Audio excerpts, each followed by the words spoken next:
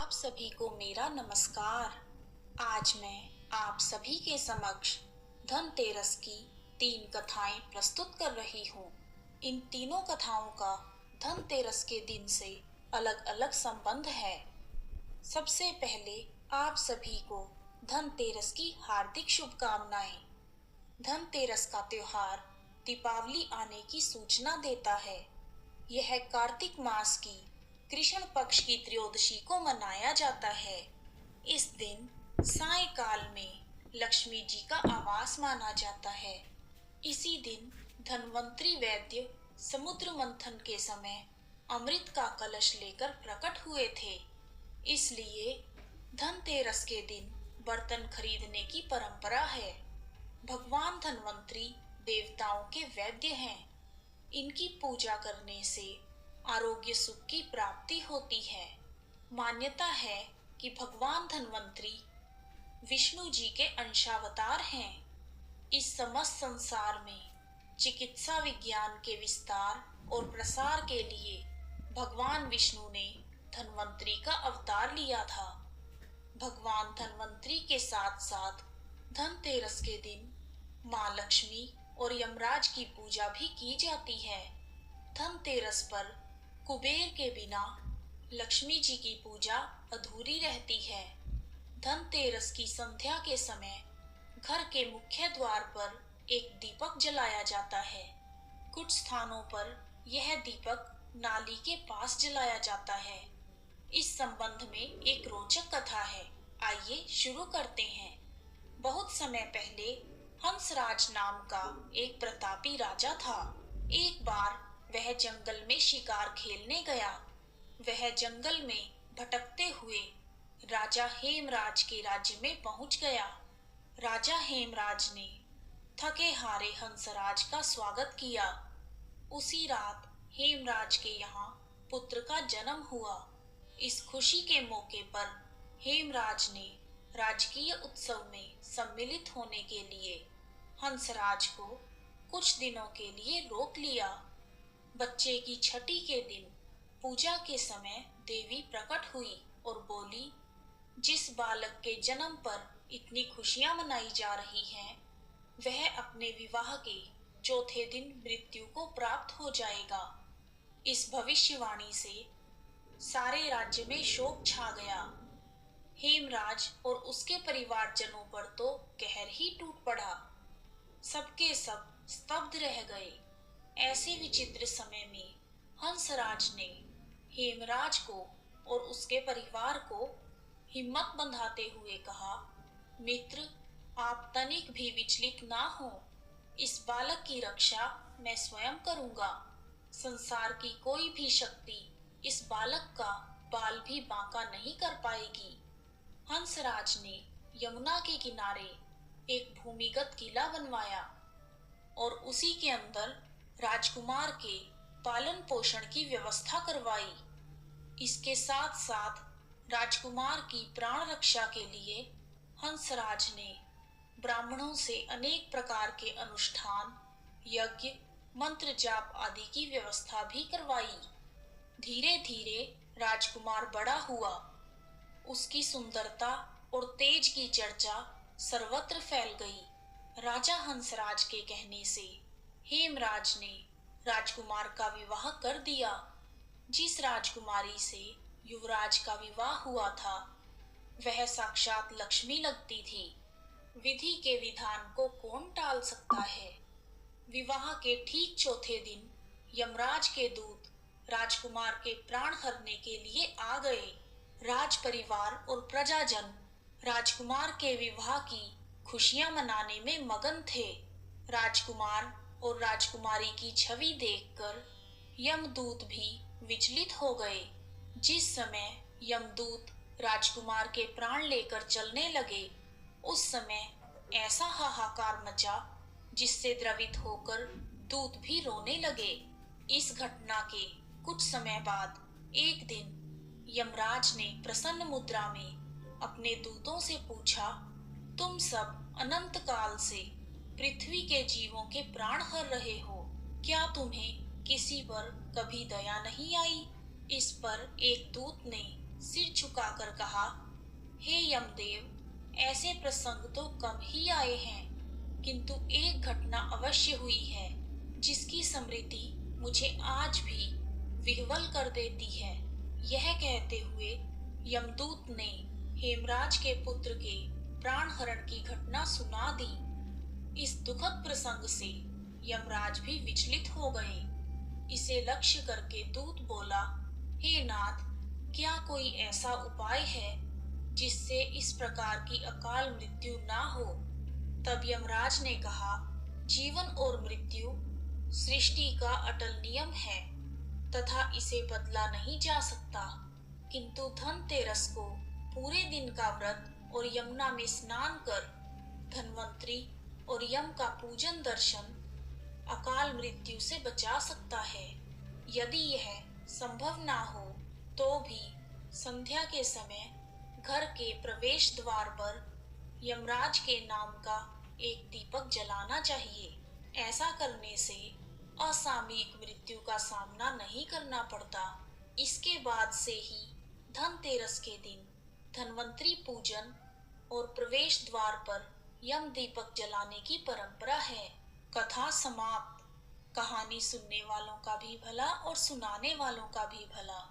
धन्वंतरी वैद्य के उत्पन्न होने के 2 दिन बाद माँ लक्ष्मी प्रकट हुई, इसीलिए धनतेरस के दिन देवी लक्ष्मी की पूजा भी की जाती है। और कहा जाता है कि एक समय जब भगवान विष्णु मृत्यु लोक में विचरण करने के लिए आ रहे थे, तब लक्ष्मी जी ने उनके साथ चलने का आग्रह किया। तब विष्णु जी ने कहा, यदि मैं जो कहूँ अगर तुम वैसा ही मानो तो फिर चलो। तब लक्ष्मी जी उनकी बात मान गई और विष्णु जी के साथ भूमंडल पर आ गई। कुछ देर बाद एक जगह पहुंचकर भगवान विष्णु ने लक्ष्मी जी से कहा कि जब तक मैं ना आऊं तुम यहाँ पर ठहरो। मैं दक्षिण दिशा की ओर जा रहा हूँ, तुम उधर मत आना। विष्णु जी के जाने पर लक्ष्मी जी के मन में उत्सुकता हुई कि आखिर दक्षिण दिशा में ऐसा क्या रहस्य है जो मुझे मना करके भगवान स्वयं चले गए। लक्ष्मी जी से रहा ना गया और जैसे ही भगवान आगे बढ़े, लक्ष्मी जी भी पीछे पीछे चल पड़ी। कुछ ही आगे जाने पर उन्हें सरसों का एक खेत दिखाई दिया जिसमें खूब फूल लगे हुए थे। सरसों की शोभा देखकर माँ लक्ष्मी मंत्रमुग्ध हो गई और फूल तोड़कर अपना श्रृंगार करने के बाद आगे बढ़ी। आगे चलने पर एक गन्ने के खेत से लक्ष्मी जी गन्ने तोड़कर चूसने लगी। उसी क्षण विष्णु जी आ गए और यह देखकर लक्ष्मी जी पर नाराज हो गए और उन्हें शाप दे दिया कि मैंने तुम्हें इधर आने से मना किया था, परंतु तुम नहीं मानी और किसान की चोरी का अपराध कर बैठी। अब तुम अपने अपराध के प्रायश्चित के लिए इस किसान के यहाँ 12 वर्ष तक सेवा करो। ऐसा कहकर भगवान विष्णु लक्ष्मी जी को वहीं छोड़कर क्षीर सागर चले गए। तब लक्ष्मी जी उस गरीब किसान के घर रहने लगी। एक दिन लक्ष्मी जी ने उस किसान की पत्नी से कहा कि तुम स्नान करके पहले मेरी बनाई इस देवी लक्ष्मी का पूजन करो, फिर रसोई बनाना, तुम जो मांगोगी वह मिलेगा। किसान की पत्नी ने ऐसा ही किया। पूजा के प्रभाव और लक्ष्मी जी की कृपा से किसान का घर दूसरे ही दिन अन्न धन रत्न स्वर्ण आदि से भर गया। लक्ष्मी जी ने किसान को धन धान्य से पूर्ण कर दिया। किसान के 12 वर्ष बड़े ही आनंद से कटे। फिर 12 वर्ष के बाद माँ लक्ष्मी जाने के लिए तैयार हुई। विष्णु भगवान लक्ष्मी जी को लेने आए। तब किसान ने उन्हें भेजने से इनकार कर दिया। तब भगवान विष्णु ने किसान से कहा, इन्हें कौन जाने देता है, यह तो चंचला हैं, कहीं नहीं ठहरती, इनको बड़े बड़े नहीं रोक पाए, इनको मेरा शाप मिला हुआ था। इसलिए 12 वर्ष से यह तुम्हारी सेवा कर रही थी। तुम्हारी 12 वर्ष की सेवा का समय अब पूरा हो गया है। किसान हठ पूर्वक बोला, मैं लक्ष्मी जी को नहीं जाने दूंगा। तब लक्ष्मी जी ने कहा, हे किसान, तुम मुझे रोकना चाहते हो तो जैसा मैं कहूँ वैसा करो। कल को तेरस है। तुम कल घर को लीप पोत कर स्वच्छ करना। रात में घी का दीपक जला कर रखना और सायंकाल में मेरा पूजन करना और एक तांबे के कलश में रुपए भरकर मेरे लिए रखना। मैं उस कलश में निवास करूंगी, किंतु पूजा के समय मैं तुम्हें दिखाई नहीं दूंगी। धनतेरस के दिन की पूजा करने से वर्ष भर मैं तुम्हारे घर से नहीं जाऊंगी। यह कहकर वह दीपकों के प्रकाश के साथ 10 दिशाओं में फैल गई। किसान ने लक्ष्मी जी के कहे अनुसार पूजन किया। उसका घर धन धान्य से पूर्ण हो गया। इसी वजह से हर साल धनतेरस के दिन माँ लक्ष्मी जी की पूजा होती है।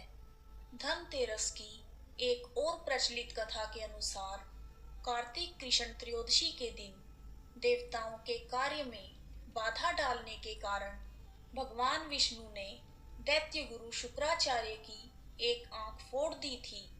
कथा के अनुसार देवताओं को राजा बलि के भय से मुक्ति दिलाने के लिए भगवान विष्णु ने वामन अवतार लिया और राजा बलि के यज्ञ स्थल पर पहुंच गए।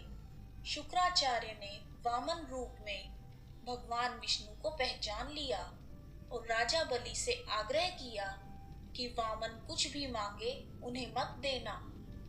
वामन साक्षात विष्णु है। वह देवताओं की सहायता करने के लिए तुमसे सब कुछ छीनने आए हैं। तब राजा बलि ने शुक्राचार्य की बात नहीं मानी। वामन भगवान द्वारा मांगी गई 3 पग भूमि दान करने के लिए कमंडल से जल लेकर संकल्प करने लगे। राजा बलि ने दैत्य गुरु शुक्राचार्य की बात नहीं मानी। वामन भगवान द्वारा मांगी गई 3 पग भूमि दान करने के लिए कमंडल से जल लेकर संकल्प करने लगे। राजा बलि को दान करने से रोकने के लिए शुक्राचार्य राजा बलि के कमंडल में घुस गए। दैत्य गुरु शुक्राचार्य राजा बलि के कमंडल में लघु रूप धारण करके घुस गए। इससे कमंडल से जल निकलने का मार्ग बंद हो गया। वामन भगवान शुक्राचार्य की चाल को समझ गए। भगवान वामन ने अपने हाथ में रखे हुए कुशा को कमंडल में ऐसे रखा कि शुक्राचार्य की एक आंख फूट गई। दैत्य गुरु शुक्राचार्य छटपटाकर कमंडल से बाहर निकल आए। बलि ने संकल्प लेकर 3 पग भूमि दान कर दी।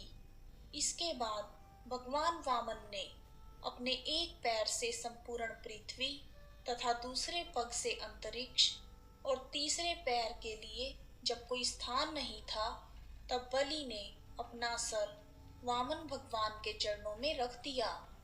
बलिदान में अपना सब कुछ गंवा बैठा। इस तरह बलि के